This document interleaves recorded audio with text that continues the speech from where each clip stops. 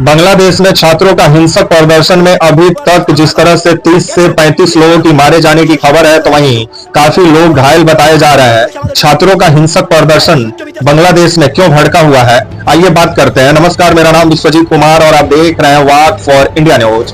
बीते 2-3 दिन से बांग्लादेश से जो तस्वीरें आ रही हैं वो काफी सोचने पर मजबूर करती हैं कि जिस तरह से बांग्लादेश में आए दिन हिंसा अब ऐसा लग रहा है कि आम बात बन गया हो, और जिस तरह से छात्र सड़क पे बांग्लादेश में उतरे हुए हैं और छात्रों की मांग है कि जिस तरह से मुक्ति वाहिनी जो सेना था, जो बांग्लादेश को आजाद कराने में उसका अहम योगदान रहा मुक्ति वाहिनी सेना का, और मुक्ति वाहिनी सेना के जो सैनिक हैं उनको बांग्लादेश सरकार के तरफ से 30% आरक्षण दिया जाता है, जिस आरक्षण के विरोध में ये छात्र सड़क पे उतरे हुए हैं। क्योंकि बांग्लादेश में जितनी सरकारी नौकरियां हैं उसमें मुक्ति वाहिनी के जो सैनिक हैं उनके घर वाले को 30% का आरक्षण मिलता है, जिसके विरोध में जो बांग्लादेश के छात्र हैं वो सड़क पे उतरे हुए हैं। और बांग्लादेश की जो प्रधानमंत्री हैं शेख हसीना, उनके खिलाफ अपने आवाज को बुलंद कर रहे हैं। तो वहीं बांग्लादेश में अनिश्चितकालीन हड़ताल हो गया है यूनिवर्सिटी का, और यूनिवर्सिटी को अनिश्चितकालीन तक के लिए बंद कर दिया गया है, और कैंपस को और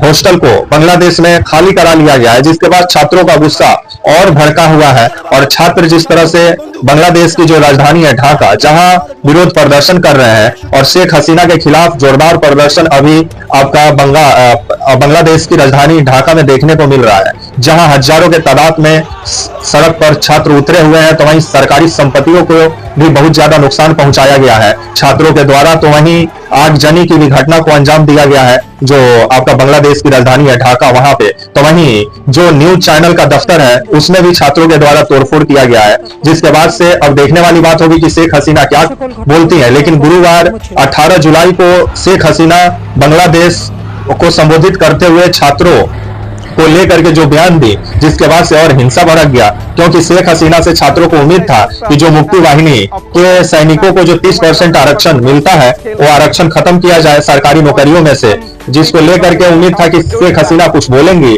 लेकिन शेख हसीना कुछ बोली ही नहीं, क्योंकि इनके पिताजी खुद मुक्ति वाहिनी के जन्मदाता हैं। तो ये कैसे बोल सकती हैं? ये खुद बांग्लादेश को संबोधित करते हुए बोली कि आने वाले समय में कोर्ट पे और कानून पे छात्रों को विश्वास करना चाहिए।